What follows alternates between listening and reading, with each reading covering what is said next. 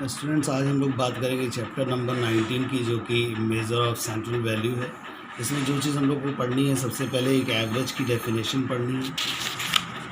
फिर उसके बाद हम लोग को पढ़ना है कि टाइप्स ऑफ एवरेज, और उसके बाद हमको न्यूमेरिकल्स पे आ जाना है, क्योंकि इस चैप्टर से थियोरी पार्ट नहीं पढ़ना है। इस बार ज़्यादा जो है न्यूमेरिकल पार्ट ही पढ़ना होगा।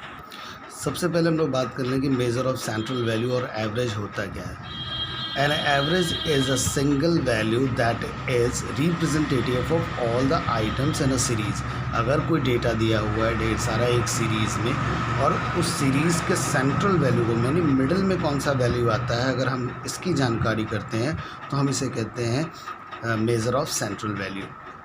It is a number that is representative of all set of data, and average is sometimes called measure of central tendency because individual value of all the items or variables in a series usually cluster around it. Thus, an average is a single value that represents the whole group। कोई एक group में जो है कितने datas हैं, उसमें से कोई एक नंबर उस पूरे ग्रुप को रिप्रेजेंट कर देता है। मान लीजिए कोई सीरीज़ है, ए बी सी, 3 लोग हैं। एक की इनकम 50 रुपये, दूसरे की इनकम 100 और तीसरे की इनकम 150। तो हम यहाँ कह सकते हैं कि पूरी इनकम कितनी हुई, 300। ठीक है, लेकिन उस पूरी इनकम का एवरेज कितना आ रहा है। एवरेज अगर हम देखेंगे तो एवरेज कैसे निकालते हैं, 50 + 100 + 150 is equals to 300 and divided by 3 is equals to 100। ये आपका एवरेज हो गया। एवरेज यानी बीचों बीच में पढ़ने वाले, किसी डेटा के बीचों बीच में पढ़ने वाले, सेंटर में पढ़ने वाले वैल्यू को हम लोग एवरेज बोलते हैं। तो यहाँ आप देख सकते हैं कि सेंटर में कोई वैल्यू है, वो है 100 से ये थोड़ा सा आगे है और 100 से थोड़ा पीछे। तो ये क्लस्टर किए हुए हैं इस सीरीज़ को। तो ये हमारा हो गया एवरेज। अब हम एवरेज के टाइप्स की बात कर लें। अब आप यहाँ देखेंगे कि 2 तरह के एवरेज होते हैं। एक होता है मैथमेटिकल एवरेज और दूसरा होता है पोजीशनल एवरेज। मैथमेटिकल एवरेज, जब हम किसी सीरीज़ में कैलकुलेशन करके, मैथमेटिक्स का यूज़ करके उस एवरेज को निकालते हैं, मिडिल वैल्यू को निकालते हैं किसी सीरीज़ में, तो हम उसे मैथमेटिकल एवरेज कहते हैं। और यहाँ बेसिकली अर्थमेटिक एवरेज होता है, जिसे हम मीन या ज्योमेट्रिक मीन या हार्मोनिक मीन के नाम से जानते हैं और इस नाम से कैलकुलेट करते हैं। जबकि पोजीशनल, अगर हम एवरेज की बात करें तो किसी डेटा में वो बीच का नंबर कौन सा है जिसके आजू बाजू आसपास सारे नंबर ने क्लस्टर कर। जैसे अभी आपने ये देखा, ये जो कैलकुलेशन के थ्रू हमने 100 निकाला, ये मैथमेटिक एवरेज है, मैथमेटिकल एवरेज, जिसमें कैलकुलेशन के थ्रू हमने निकाला है। और पोजीशन के थ्रू अगर हम निकाल रहे हैं तो कौन सा बीच में लाई कर रहा है, हम सीधे ऑब्जर्वेशन करके बता रहे हैं ये बीच में लाई कर रहा है, तो ये हमारा एवरेज होगा। और पोजीशनल एवरेज में 3 चीज़ें आती हैं, क्वार्टाइल आता है, मोड आता है, मीडियन आता है। ये बेसिकली 3 चीज़ें आती हैं जो हम लोग को यहाँ पे पोजीशनल एवरेज में पढ़ना होता है।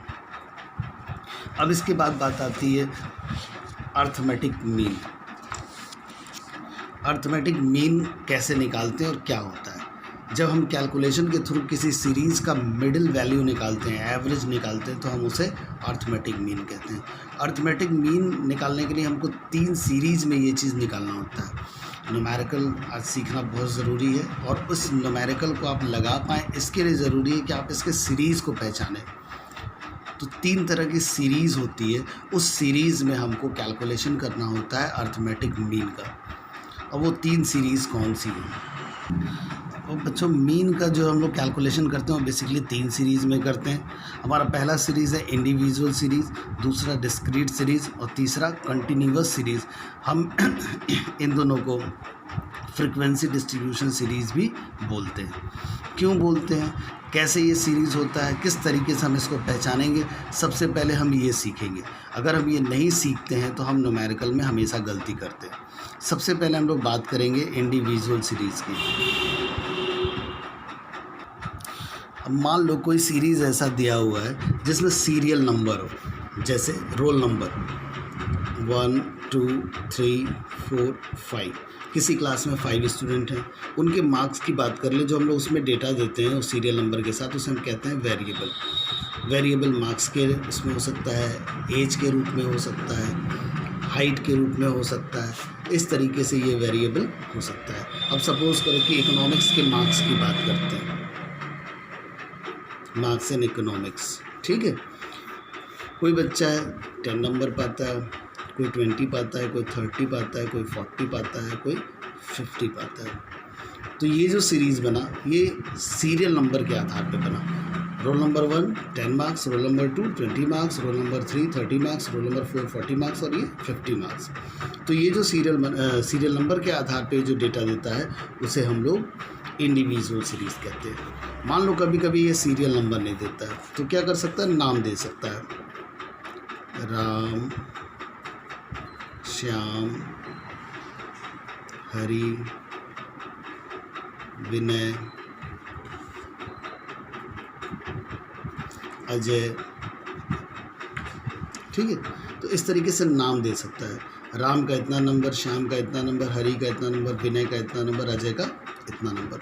तो आप यहाँ पे देख रहे हैं कि ये भी सीरियल नंबर जैसा ही है। तो सिर्फ एक वेरिएबल जब दे, उसके साथ ना कोई फ्रीक्वेंसी दे, कोई भी फ्रीक्वेंसी अगर नहीं दे रहा, उसके साथ सिर्फ एक वेरिएबल दे रहा है, एक डेटा दे रहा है, तो हम उसको इंडिविजुअल सीरीज़ कहते हैं। कभी कभी ये सीरीज़ ऐसे भी दे देता है कि इस क्लास में, क्लास 11th में 5 स्टूडेंट हैं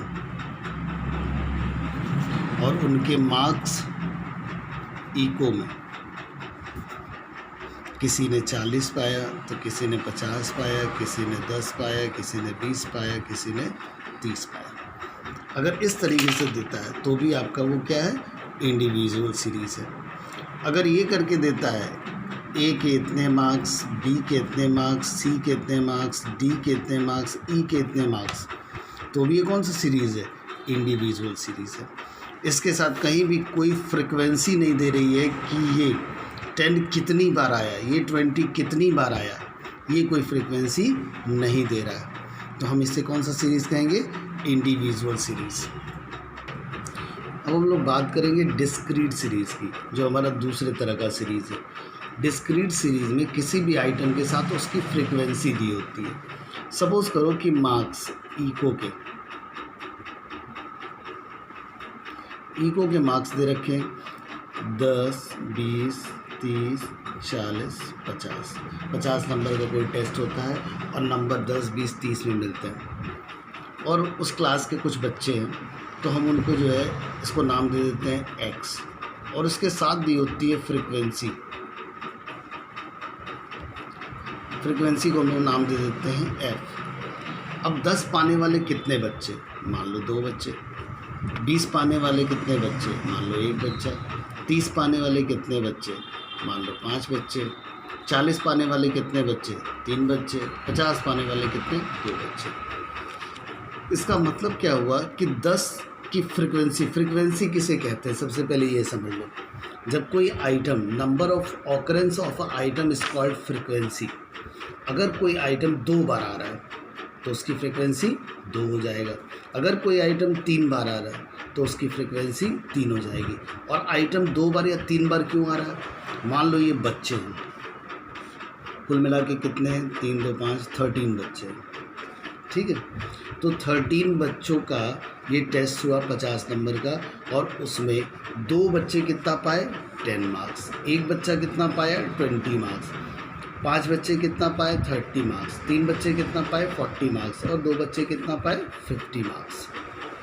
तो ये 2 बच्चे 50 मार्क्स पाए, इसका मतलब 50 2 बार ऑकर हुआ है, इसलिए यहाँ पे फ्रीक्वेंसी 2 हो गई। 43 बार ऑकर हुआ है, इसलिए फ्रीक्वेंसी 3 हो गई। 35 बार ऑकर हुआ है, इसलिए ये फ्रीक्वेंसी 5 हो गई। तो इस तरीके से जब भी डिस्क्रीट सीरीज़ देगा, उसके साथ यहाँ पे वेरिएबल, और वेरिएबल के साथ फ्रीक्वेंसी क्या देगा आपको, वेरिएबल